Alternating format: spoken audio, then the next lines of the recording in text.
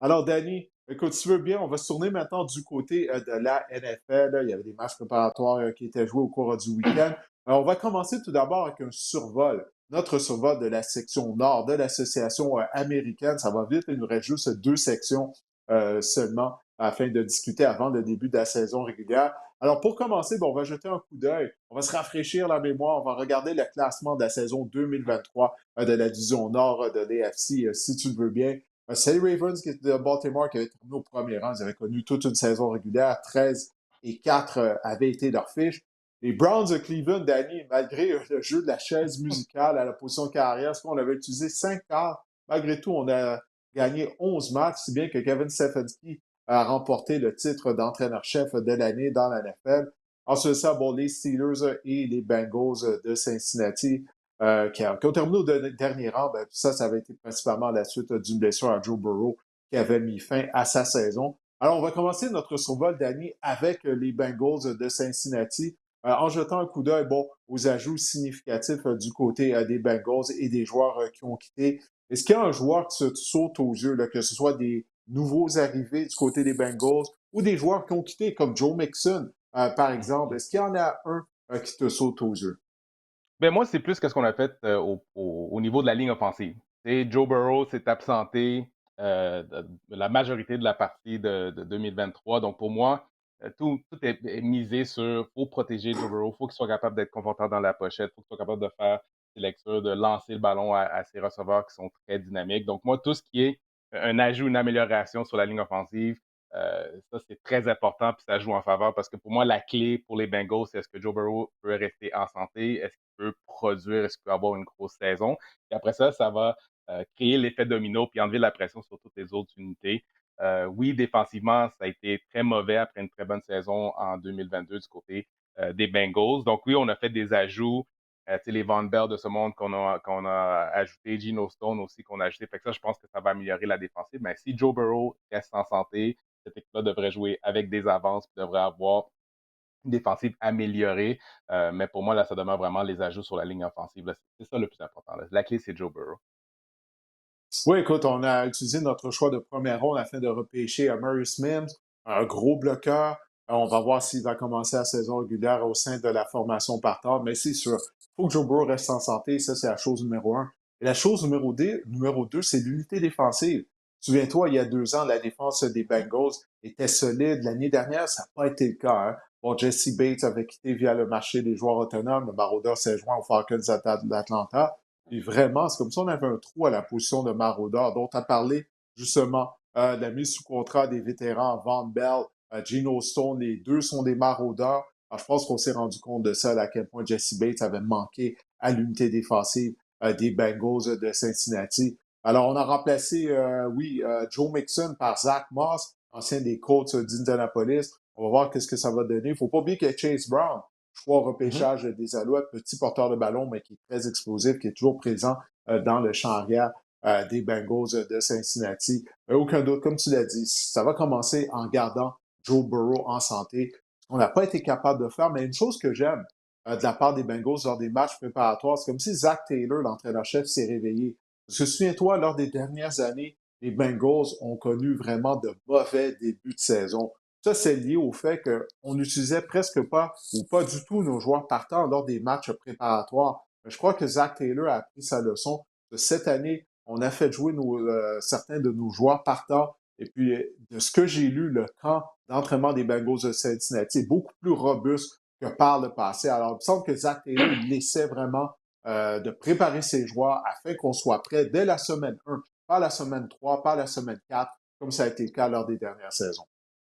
Oui, puis tu fais bien de le mentionner parce que surtout dans cette division-là, un lent départ ne pardonne pas. Tu ne dois pas juste Mm -hmm. penser à tes adversaires hors division, mais dans ta division, tes adversaires sont coriaces. Donc, si tu as un lent début de saison, puis tes adversaires de division ont des bons débuts de saison, ça peut faire en sorte que tu aies un écart qui est très difficile à rattraper.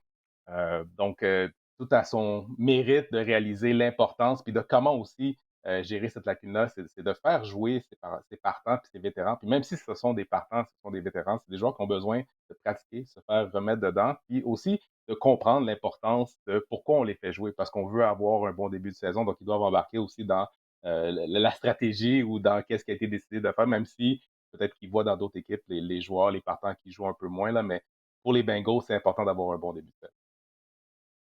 Oui, puis bon, tu parles des joueurs qui s'entraînent et tout. Il faut avoir un beau début de saison. Il y a un absent au camp des Bengals. Il s'agit du receveur étoile Ja'Marr Chase. Il était présent au début du camp, mais toutefois, il ne participait pas aux entraînements. Ja'Marr Chase, qui est à la recherche d'un nouveau contrat, il y a tellement de receveurs de passe. Ça a été un bon hiver, une bonne saison morte là, pour tes gars. Tu es un ancien receveur de passe toi-même. Il y en a plusieurs qui ont touché le gros lot. Là, Ja'Marr Chase, il voit ça, puis lui, il fait partie de l'élite des receveurs de passe, du moins dans le top 5 des receveurs. Je pense que tu es d'accord avec moi de la Absolument. NFL. Alors, il aimerait ça également avoir un nouveau contrat. Alors, comme je le disais, il était présent lors des entraînements, mais il n'y participait pas. Mais là, il est même plus présent aux entraînements, Danny. Est-ce que ça risque pas d'être un problème, justement, là, pour Cincinnati qui souhaite avoir un beau début de saison si on n'en vient pas à une entente avec notre receveur étoile? C'est sûr que ça pourrait l'être parce que qu'est-ce qu'on perd là, quand ton receveur étoile n'est pas au camp d'entraînement? C'est les répétitions, c'est la cohésion, c'est la chimie. Donc, tu veux avoir un receveur et un carrière dans le caucus ou sur le terrain de jeu qui sont capables de travailler ensemble presque sans se voir, sont capables de comprendre tous les mouvements. Puis ça, ce genre de chimie-là, ça se crée en camp d'entraînement. Donc, ça se peut que les répétitions qui n'ont pas eu lieu en camp d'entraînement. Assurément, Chase, il va être là jour 1, premier match de la saison, mais peut-être qu'il va avoir quelques séquences offensives, quelques semaines où est-ce qu'on va voir des passes qui vont tomber à terre parce qu'il n'y aura pas la même cohésion, la même chimie. Donc ça pourrait causer un peu d'insuccès offensivement là, du côté de l'attaque des Bengals. Ben, allons voir maintenant qu'est-ce que les partisans des Bengals pensent de leur édition 2024 avant ce début de saison. Ah, tu vois, l'emoji, là, on a un petit sourire, donc on est confiant là, du côté des partisans des Bengals de Cincinnati. Ouais, on avait perdu le Super Bowl il y a 2 ans, on s'en rappelle. Mais je te pose une question, Danny. Est-ce que les Bengals, selon toi, vont être en mesure de reprendre leur place parmi l'élite de l'association américaine? Parce que lors des dernières années, on ne se posait pas la question. Avec Joe Burrow, on disait les Bengals, depuis qu'ils sont arrivés au Super Bowl, ils sont une des meilleures formations de l'AFC. Mais la saison dernière, on a raté les éliminatoires. Est-ce qu'on va pouvoir reprendre notre position dans le top 3 là, des équipes de l'association? Moi, je dis oui parce que tous les éléments qu'ils ont fait durant la saison morte me font penser que oui, on a amélioré la ligne offensive, on a un Joe Burrow qui commence la saison en santé, donc il devrait, si la ligne offensive fait un bon travail, garder Joe Burrow en santé. Puis on a fait les améliorations défensives qui étaient nécessaires. On était une des défensives qui allouait le plus de gros jeux en 2023, puis on est allé corriger ça avec la venue de 2 vétérans maraudeurs. Donc on a fait 3 bonnes choses pour faire en sorte qu'on redevienne l'équipe qu'on a déjà été il y a quelques temps. Ouais, alors ça va être à ces vétérans maraudeurs-là, Geno Stone, Von Bell, de livrer la marchandise. C'est ça qu'il reste à voir du côté des Bengals. Alors maintenant, combien de victoires Cincinnati sera en mesure de décrocher cette année? Le over-under, plus ou moins, est établi à 10 victoires et demie. Alors, je te pose la question, Danny, je te laisse y aller en premier. Est-ce que ça va être plus ou moins de 10 victoires et demie pour Joe Burrow et les Bengals? Dans cette division-là, c'est très difficile là, d'être beaucoup plus que 10,5. Là. Moi, je pense que ça va être autour de 11, encore une fois, cette année, là, avec un Joe Burrow en santé. Je dirais qu'on va être plus, mais ça ne sera pas 12 ou 13 victoires. Je pense qu'on va être encore à 11. Alors, on le voit hein, à l'écran en bas à droite, lors des 2 saisons que Joe Burrow ne s'est pas blessé, ben, les Bengals ont gagné plus de 10 matchs. Alors, c'est aussi simple que ça. Si Burrow reste en santé, on devrait être en mesure de gagner plus de 10 victoires et demie, d'aller chercher plus de 10 victoires et demie, mais s'il est blessé, ben là, ça pourrait être une reprise de l'année dernière. Je veux dire plus, moi aussi. Au moins 11 victoires pour les Bengals. Prends le pari que Burrow sera en mesure de rester en santé. Malheureusement, il commence à avoir l'étiquette d'un joueur fragile. Là. Mais on dit qu'il a pris du poids, il a ajouté du muscle à sa charpente. Alors, on va voir qu'est-ce que ça va donner une fois que la saison régulière va commencer.